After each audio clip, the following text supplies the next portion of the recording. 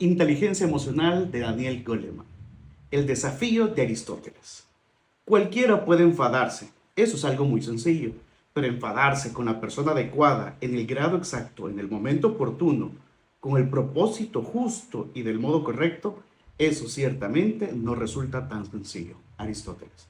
Era una bochornosa tarde de agosto en la ciudad de Nueva York, uno de esos días asfixiantes, que hace que la gente se sienta nerviosa y malhumorada.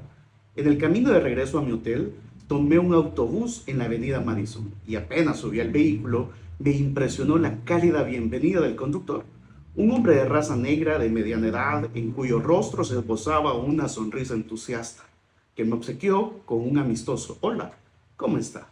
Un saludo con el que recibía a todos los viajeros que se subían al autobús mientras éste iba serpenteando por entre el denso tráfico del centro de la ciudad.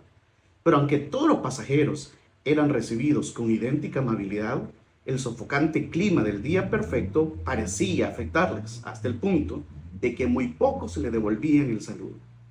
No obstante, a medida que el autobús reptaba pesadamente a través del laberinto urbano, iba teniendo lugar una lenta y mágica transformación. El conductor inició en voz alta un diálogo consigo mismo, dirigido a todos los viajeros, en el que iba comentando generosamente las escenas que desfilaban ante nuestros ojos. Rebajas en esos grandes almacenes, una hermosa exposición en aquel museo y qué decir de la película recién estrenada en el cine de La manzana siguiente. La evidente satisfacción que le producía hablarnos de las múltiples alternativas que ofrecía la ciudad era contagiosa, y cada vez que un pasajero llegaba al final de su trayecto y descendía del vehículo, parecía haberle sacudido de encima el halo de irritación con el que se subiera, y cuando el conductor le despedía con un hasta la vista, que tenga un buen día, todos respondían con una abierta sonrisa. El recuerdo de aquel encuentro ha permanecido conmigo durante casi 20 años. Aquel día acababa de doctorarme en psicología, pero la psicología de entonces prestaba poca o ninguna atención a la forma en que tienen lugar esas transformaciones.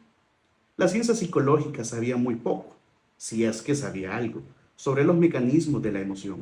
Y, a pesar de todo, no cabe la menor duda de que el conductor de aquel autobús era el epicentro de una contagiosa oleada de buenos sentimientos que, a través de sus pasajeros, se extendía por toda la ciudad. Aquel conductor era un conciliador nato, una especie de mago que tenía el poder de conjurar el nerviosismo y el mal humor que atensaba a sus pasajeros, hablando y abriendo un poco sus corazones.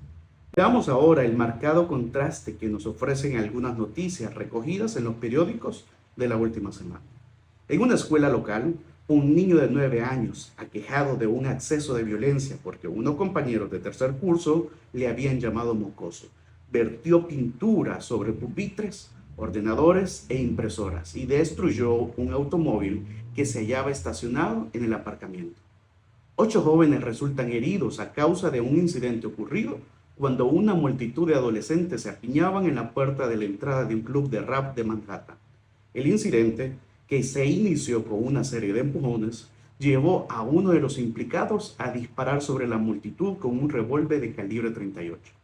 El periodista subraya el aumento alarmante de estas reacciones desproporcionadas ante situaciones mínimas que se interpretan como falta de respeto.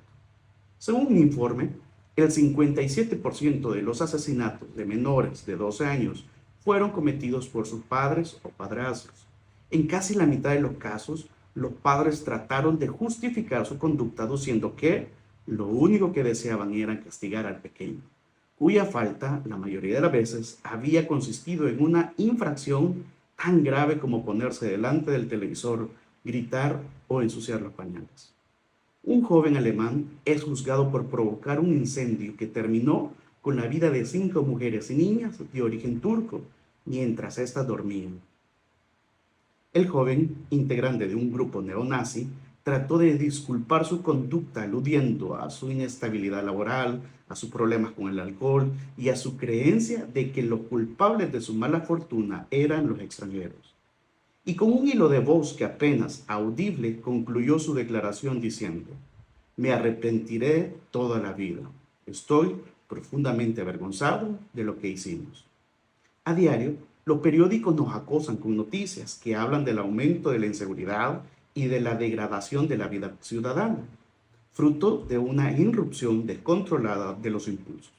Pero este tipo de noticias simplemente nos devuelven la imagen ampliada de la creciente pérdida de control sobre las emociones que tienen lugar en nuestras vidas y en las vidas de quienes nos rodean.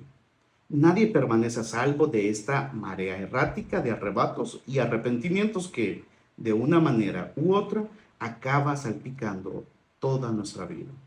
En la última década hemos asistido a un bombardeo constante de este tipo de noticias, que constituye el fiel reflejo de nuestro grado de torpeza emocional, de nuestra desesperación y de la insensatez de nuestra familia, de nuestra comunidad y, en suma, de toda nuestra sociedad. Estos años constituyen la apretada crónica de la rabia y la desesperación galopantes que bullen en la callada soledad de unos niños cuya madre trabajadora los deja con la televisión como única niñera, en el sufrimiento de los niños abandonados, descuidados o que han sido víctimas de abusos sexuales y en la mezquina intimidad de la violencia conyugal. Este malestar emocional también es el causante del alarmante incremento de la depresión en todo el mundo y de las secuelas que lo deja tras de sí la inquietante oleada de violencia. Escolares armados, accidentes automovilísticos que terminan a tiros, parados resentidos que masacran a sus antiguos compañeros de trabajo, etc.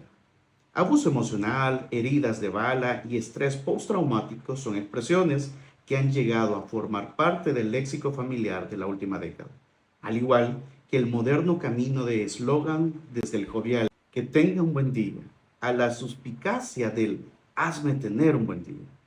Este libro constituye una guía para dar sentido a lo aparentemente absurdo.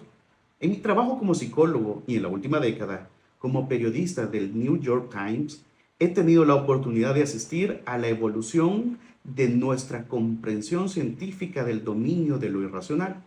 Desde esta privilegiada posición, he podido constatar la existencia de dos tendencias contrapuestas, una que refleja la creciente calamidad de nuestra vida emocional y la otra que nos parece brindarnos algunas soluciones sumamente esperanzadoras.